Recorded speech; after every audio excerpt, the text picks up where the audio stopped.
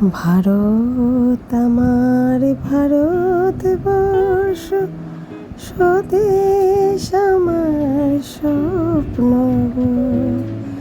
তোমাতে আমরা লোভিয়া জনম, ধন্য হয়েছি ধন্য গো। হ্যাঁ, সত্যি আমাদের ভারতবর্ষ ঠিক এতটাই সুন্দর। আমরা এখন আছি মেঘালয় মারখাম ভ্যালি। মারখাম ভ্যালির রূপ দেখলে চোখ জুড়িয়ে যাবে। একটা ছোট্ট শান্ত হ্রদ মাঝখানে, যেখানে মানুষের এখনো যাওয়া আসা নেই। আর এই যে মারখাম ভ্যালি মানে এই যে উঁচু নিচু একটা অদ্ভুত একটা ঢেউ খেলানো উপত্যকা, যেটা নাগাল্যান্ডের জুকু আইল্যান্ডের মতন।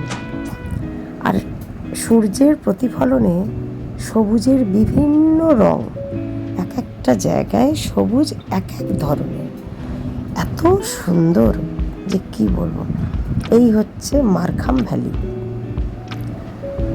অনবদ্য এত সুন্দর একটা উপত্যকা যে কি বলবো।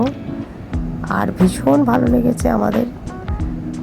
চারিদিকটা শান্ত, নির্জন, কোনো মানুষের সেরকম কলকোলাহল নেই। যেন মনে হচ্ছে খুব শান্তিতে এই এত বড় একটা সবুজ বিস্তীর্ণ বনভূমি নিজের মতো বিরাজ করছে। এই যে উঁচু নিচু একটা সুন্দর ঢেউ খেলানো একটা উপত্যকা, এই যে কি অপূর্ব দেখতে লাগছে যে কি বলবো। এক কথায় মেঘালয় বর্ষাকালে না এলে অনেক রূপই হয়তো দেখা যাবে না।